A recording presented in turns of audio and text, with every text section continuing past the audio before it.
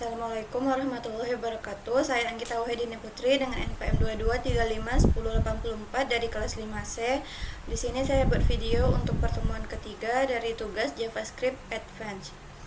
Di sini yang kita akan bahas ada array, ada function dasar, ada looping, dan ada full course-nya. Selanjutnya di sini ada array. Array adalah struktur data di JavaScript yang sering digunakan untuk menyimpan beberapa nilai di satu tempat. Contohnya itu kotak berisi beberapa item dan setiap item itu mempunyai nomor indeks. Jadi nomor indeksnya selalu dimulai dari 0. Contohnya di sini ada apel, jeruk, mangga. Baru kita buat konsolok buah, yaitu jadi outputnya akan mengeluarkan apel, jeruk, dan mangga. Selanjutnya untuk cara mengakses dan mengubah isi array itu bisa dari mengambil atau mengubah nilai dalam array menggunakan indeks dari nomor urutnya. Jadi indeks array ini selalu dimulai dari 0. Caranya yaitu untuk codingannya di sini ada cons buah, ada apel, jeruk, dan mangga. Untuk kita ngisi arraynya yaitu akses ke arraynya yaitu konsolok buah indeks ke 0. Kenapa ke indeks ke 0? Karena apel di awal, jadi indeksnya 0, maka outputnya akan mengeluarkan apel. Selanjutnya coba kita ubah untuk indeksnya dari 1.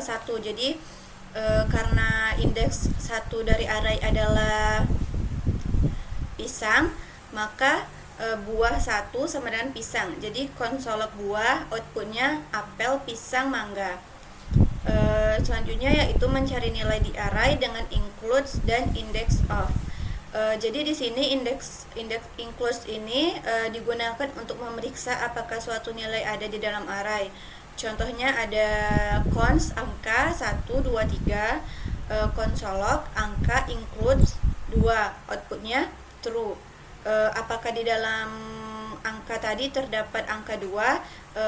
Karena ada, maka jawabannya true.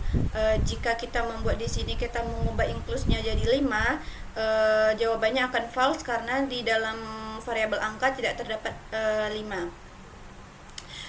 Selanjutnya yaitu index of.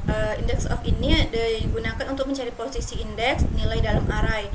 Jika nilai tidak ditemukan, maka akan mengembalikan min 1.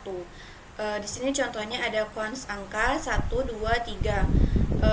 Konsolok angka index of 2, outputnya 1 karena ada. Dan jika kita mencari 5, maka min 1 karena di dalam angka tersebut tidak terdapat variabel 5. Selanjutnya yaitu mencari elemen sebelum dan setelah di array. Jadi kita tuh kadang butuh apa elemen sebelum atau sesudah suatu nilai di array. Kita bisa melakukannya dengan memeriksa posisi atau indeksnya dari nilai yang ingin kita cari tersebut. Contohnya di sini ada cons angka 1, 2, dan 3, cons posisi. Jadi di sini kita mencari angka 2, maka jika angka 2 ditemukan, maka posisi besar dari 0, angka posisi dikurang 1. Tidak ada angka sebelumnya. Cons after, posisi dikurang angka lebih dari jumlah angka dikurang 1, maka posisi angka sama dengan posisi ditambah 1. Jadi tidak ada angka setelahnya. Konsolok angka before outputnya 1, konsolok angka setelah afternya outputnya 3. Jadi selain dari if tadi, jika tidak ada maka outputnya akan angka tidak ditemukan. Di sini penjelasannya yaitu angka posisi dikurang 1 ini untuk mengambil elemen sebelumnya, sedangkan untuk plus 1 itu mengambil elemen setelahnya.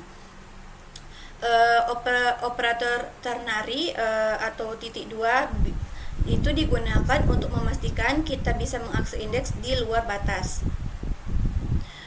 Selanjutnya ya ada shallow copy dan deep copy. Shallow copy ini yaitu salingan dangkal. Jadi salinannya hanya menyalin referensi. Artinya misalnya ada dua variabel akan menuju ke objek atau arah yang sama, jadi perubahan di satu variabel akan memengaruhi yang lainnya. Sedangkan untuk deep copy adalah salinan sepenuhnya terpisah, artinya variabel baru tidak lagi terkait dengan variabel asli. Contohnya di sini ada array asli, ada 1, 2, dan 3. Untuk cons array salinan sebenarnya array asli. Jadi di sini contoh shallow copy. Jadi array salinannya 0, dari indeks 0 sama dengan 99 untuk mengubah array salinan. Jadi array aslinya yaitu ada outputnya ada 99,2,3. Di sini kenapa? Karena keduanya menunjuk ke array yang sama di memori. Perubahan array salin juga mempengaruhi array asli. Selanjutnya di sini ada contoh untuk depth copy, yaitu salinan untuk mendalam. Contohnya di sini ada 1, 2, dan 3 array asli. Terus const array asli, JSON percent, JSON string array asli, depth copy. Array salinan 0, sama dengan 99 mengubah array asli. Jadi outputnya ada 1 untuk array asli, dia ada 1, 2, dan 3. Untuk array salinannya ada 99, 2, dan 3. Karena ini di depth copy perubahannya di array salinan tidak mempengaruhi di array asli. Array sebagai objek. Jadi array ini sebagai objek bukan praktik umum. Biasanya untuk kasus ini kita lebih baik menggunakan objek. Contohnya array objeknya ada const array saya alpukat sama dengan 1, array saya nanas sama dengan 2. Consolog array saya. Jadi kita mencari alpukat. Jadi karena array saya itu alpukatnya sama dengan 1, maka outputnya akan 1. Namun untuk struktur seperti ini lebih baik kita menggunakan objek. Contohnya const buah, alpukat sama dengan 1, nanas sama dengan 2. Jadi kita untuk outputnya kita panggil consolog buah alpukat. Jadi outputnya sama dengan 1. Contoh penggunaan shift dan elemen terakhir. Jadi shift ini digunakan untuk mengambil elemen pertama dan menghapusnya dari array. Array like dikurang 1 untuk mendapatkan elemen terakhirnya. Ada contohnya di sini ada const angka 1, 2, dan 3. Const angka awal sama dengan angka shift. Jadi dia di sini untuk mengambil elemen pertama. Sedangkan untuk consolog angka awal. Jadi outputnya adalah karena angka awalnya 1, maka outputnya ada 1. Sedangkan untuk consolog angka terakhirnya, jadi angkanya itu dikurang 1. Jadi angka terakhirnya adalah 3. Selanjutnya ada function dasar. Function ini adalah blok kode yang bisa dipanggil kapan saja untuk menjalankan tugas tertentu. Ada 3 cara utama untuk membuat function di JavaScript. Kita juga bisa menggunakan logika if else di dalam function ini. Jadi cara membuat function di JavaScript itu ada dengan new function, tapi jarang digunakan, tetapi berguna jika membuat functionnya dari string kode. Contohnya consum 1 sama dengan new function x dan y, consolog x tambah y, maka sum 1,1, jadi outputnya 2 karena kita telah membuat untuk variabel sumnya ada x ditambah y, jadi 1 ditambah 1 sama dengan 2. Jadi untuk penjelasannya ini new function di sini untuk membuat function dari kode yang dalam bentuk string. Sedangkan untuk contoh di atas kita membuat fungsi yang mencetak jumlah x tambah y tadi tersebut.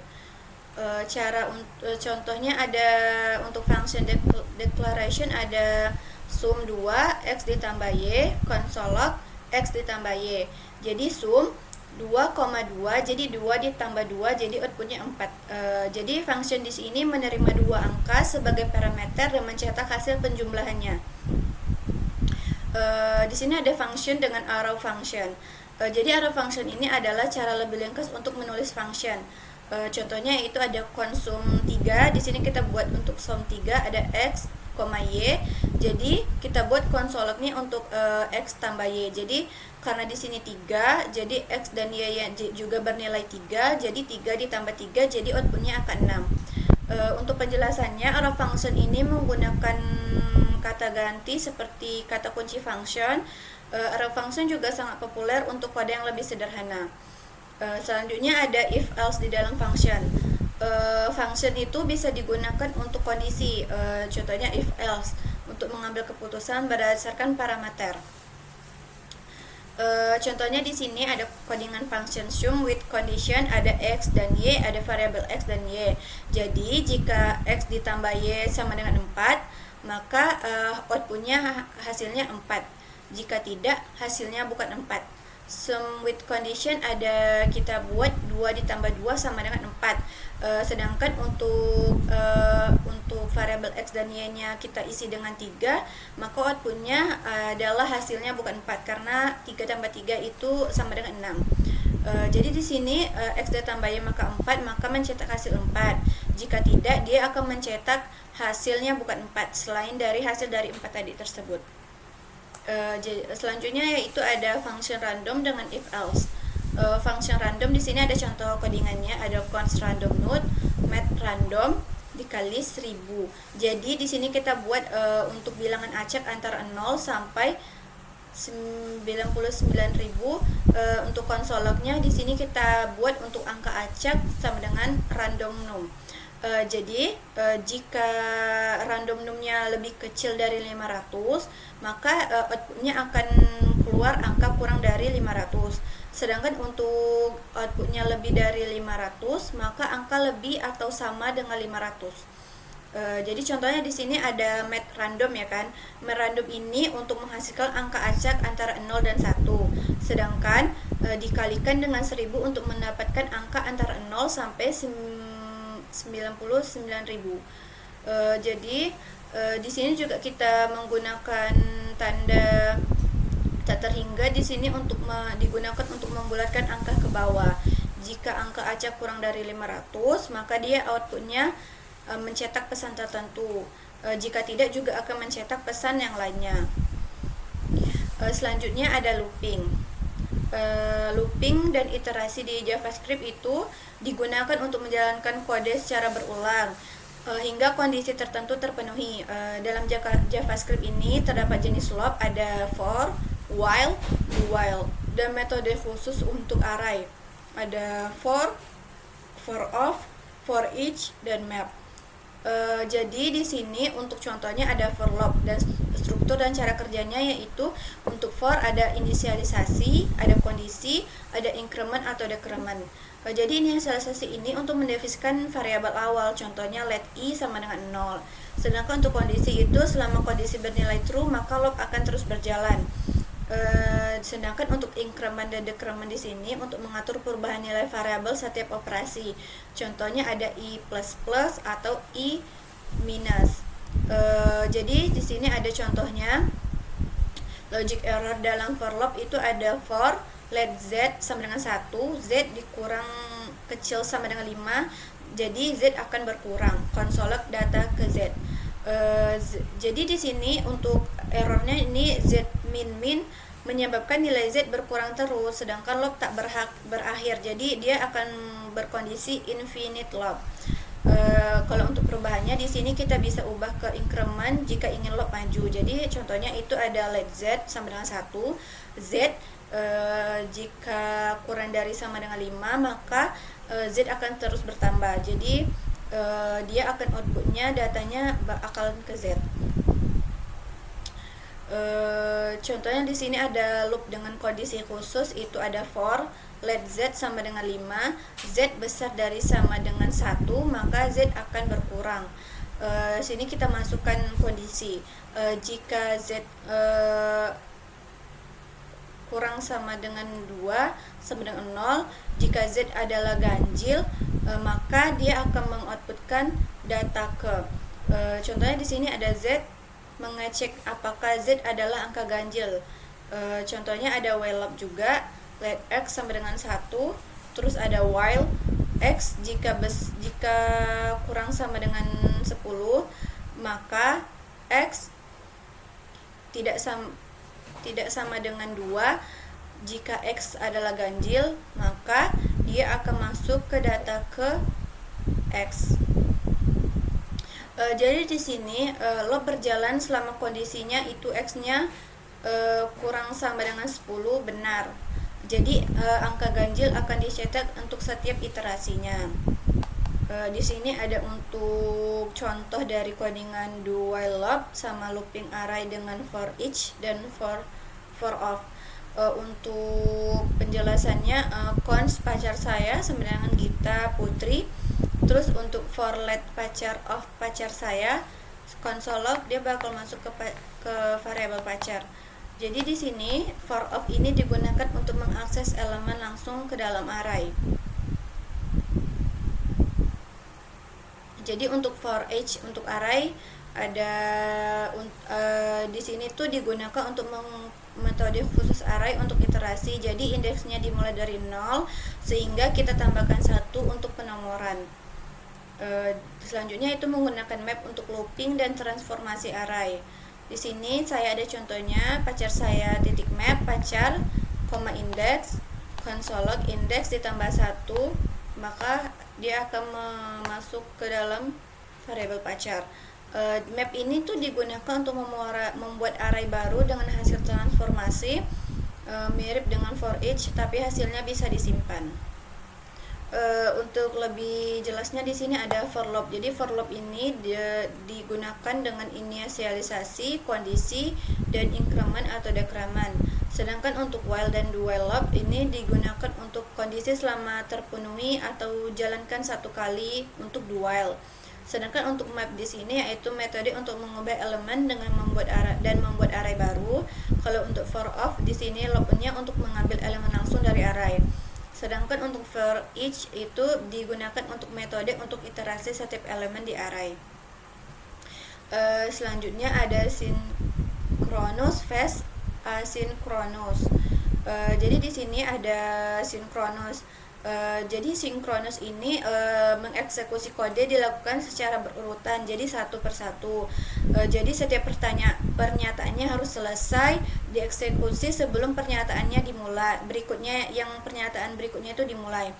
Jika ada kondisi operasi yang memakan waktu seperti pengambilan data dari server, maka eksekusi kode lainnya akan terhenti sampai operasi tersebut selesai. Misalnya contohnya itu ada konsol 1, 2, dan 3. Jadi outputnya itu bakal tetap 1, 2, dan 3 karena dieksekusinya satu persatu.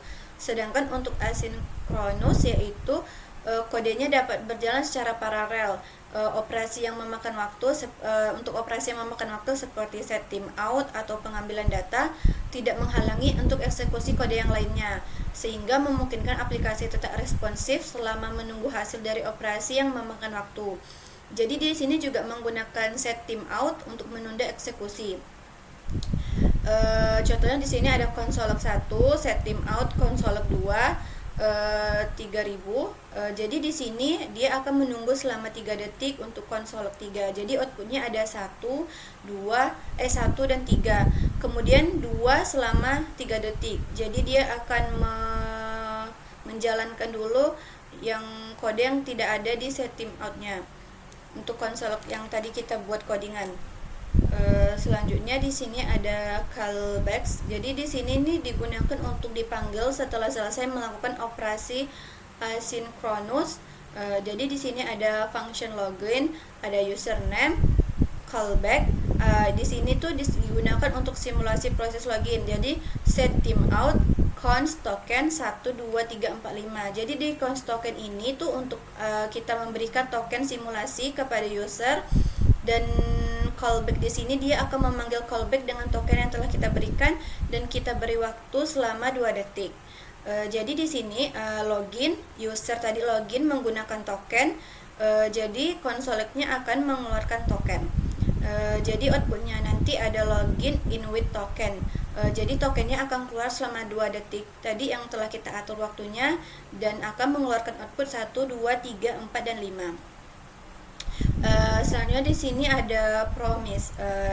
Di sini ada contoh untuk codingan promise, yaitu di sini tuh untuk berfungsi untuk objeknya yang mempresentasikan nilai yang mungkin tersedia sekarang atau tidak di masa datang, atau bahkan tidak sama sekali. Jadi di sini untuk memudahkan penanganan operasi asinkronus dengan lebih baik daripada callback. Selanjutnya ada async atau await. Jadi di sini nih sintaknya lebih sederhana untuk bekerja dengan promise karena memungkinkan penulisan kode asinkronus seolah-olah kode tersebut sinkronus. Jadi di sini ada fungsi login user, username, try, const token, await, login, username. Jadi jika username login maka tokennya akan mengeluarkan token. Jadi loginnya itu bakal mengeluarkan token selama 2 detik. Jadi di sini codingannya lebih sederhana daripada yang tadi. Jadi dari tadi kita telah membahasnya. Jadi untuk penggunaan dari Synchronous ini untuk dia lebih sederhana. Jadi memudahkan dalam pemrograman yang tidak memerlukan interaksi kompleks. Jadi saat semua operasi dapat dieksekusi satu persatu, logika program lebih mudah untuk diikuti, apalagi untuk pemula. Sedangkan untuk debuggingnya itu lebih mudah melakukannya karena setiap langkah dieksekusi berurutan, tidak ada keadaan balap atau rage condition yang perlu dikhawatirkan. Sedangkan untuk Synchronous itu lebih responsivitas aplikasi. Jadi pengalaman pengguna dalam menjaga aplikasi responsif saat melakukan operasi yang memakan waktu, misalnya memuat data dari server gitu. Dan juga efisien gitu karena dia mampu melakukan beberapa tugas secara bersamaan yang mengarahkan lebih efisiensi lebih tinggi, terutama untuk aplikasi dengan web yang telah modern. Sedangkan untuk penggunaan dari callbacks tadi itu untuk penanganan operasi asinkronusnya dia itu untuk memudahkan pemrograman untuk menjalankan kode tertentu. Jadi setelah operasi asinkronus selesai, dia akan mendapatkan data dari API. Juga di sini juga untuk berguna untuk mencegah blocking karena programnya terus berjalan dan tidak terhenti saat menunggu hasil operasi yang memakan waktu. Untuk penggunaannya Promise tadi itu untuk pengelolaan kode yang lebih baik. Jadi dia menghindari dari callback health atau berlapis-lapisnya callback yang dapat membuat kode itu sulit dibaca atau dikelola gitu. Sedangkan untuk error handlingnya lebih baik gitu karena dia memudahkan penanganan kesalahan karena kita dapat menggunakan metode catch untuk menangkap kesalahan yang terjadi di dalam plan promise-nya. Sedangkan untuk asin atau await, jadi sintaknya dalam codingan nanti itu lebih bersih gitu, dia lebih sederhana, membuat terlihat lebih seperti kode sinkronus yang lebih mudah dibaca dan dimengerti. Dan juga untuk mengurangi kompleksitas dalam pengelolaan promise, sehingga dia lebih mudah dan menulis dalam memahami alur logika program yang dibuat. Itu tadi hasil dari presentasi saya. Mohon maaf jika terdapat kesalahan ataupun kekurangan dalam materi yang saya sampaikan. Terima kasih. Assalamualaikum warahmatullahi wabarakatuh.